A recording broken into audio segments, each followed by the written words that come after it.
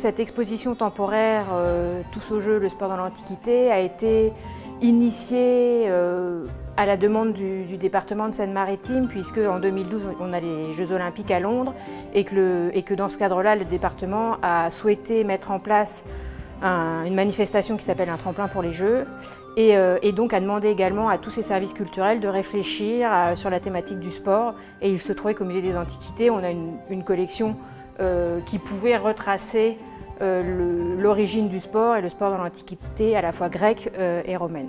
Et donc à partir de ce noyau de collection appartenant au Musée départemental des Antiquités, on a réfléchi à construire un discours qui permettrait de présenter les Jeux en Grèce, et on a également étendu au sport dans l'Antiquité romaine, puisque les Jeux du cirque et les combats de gladiateurs dans l'amphithéâtre sont également des manifestations sportives qui avaient une grande importance dans l'Antiquité.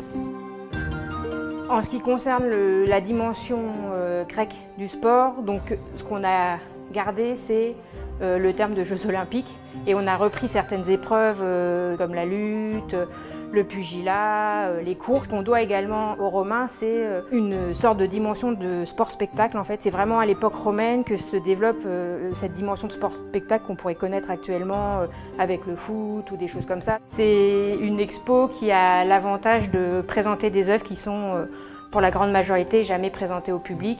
C'est l'occasion de venir les voir au Musée des Antiquités.